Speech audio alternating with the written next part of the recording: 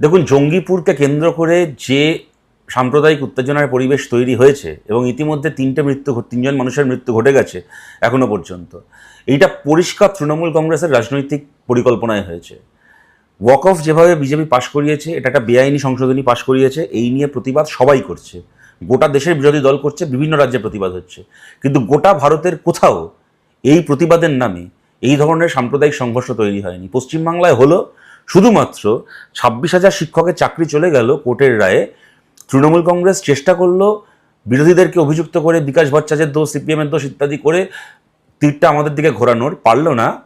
এখন তৃণমূলের নেতাদের বাড়িতে লোকে চড়াও হবে, যারা টাকা দিয়ে চাকরি কিনেছে টাকাটা ফেরত চাইবার জন্য, আর ওদের চুরির জন্য যে সৎ ছেলেমেয়ের চাকরি চলে গেল তারা কৈফিয়ত চাইতে এখন তৃণমূলের নেতাদের বাড়ি ঘেরাও করবে।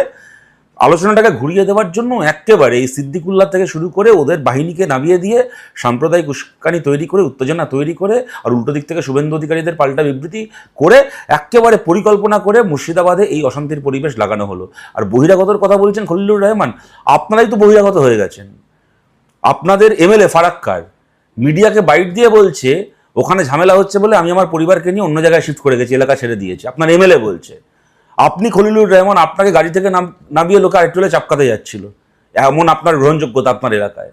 এবং সবচেয়ে বড় কথা, পাশের কেন্দ্র মুর্শিদাবাদ, বহরমপুর, তারও একটা অংশ নওদারতেও সাম্প্রদায়িক উত্তেজনা তৈরি হয়েছে। বহরমপুরের এমপি ইউসুফ পাঠান এই সময় পোস্ট করছে, ইনস্টাগ্রামে পোস্ট করছে কি লেজি কাম আফটারনুন, ওয়ার্ম টি, সুন্দর অ্যাম্বিয়েন্স। আপনারাই তো বহিরাগত, আপনাদের এমএলএ এমপিগুলো বহিরাগত। তাদের যে মানুষ ভোট দিয়ে জিতিয়েছিলেন, যে এলাকার তারা জনপ্রতিনিধি, সেখানে আগুন জ্বলছে, এরা কেউ ইনস্টাগ্রামে বেড়াতে যাওয়ার ছবি পোস্ট করছে, আর কেউ এলাকা ছেড়ে পরিবার নিয়ে পালিয়ে যাচ্ছে। আপনারাই তো বহিরাগত, আগুন লাগিয়ে এখন কেটে পড়ছে।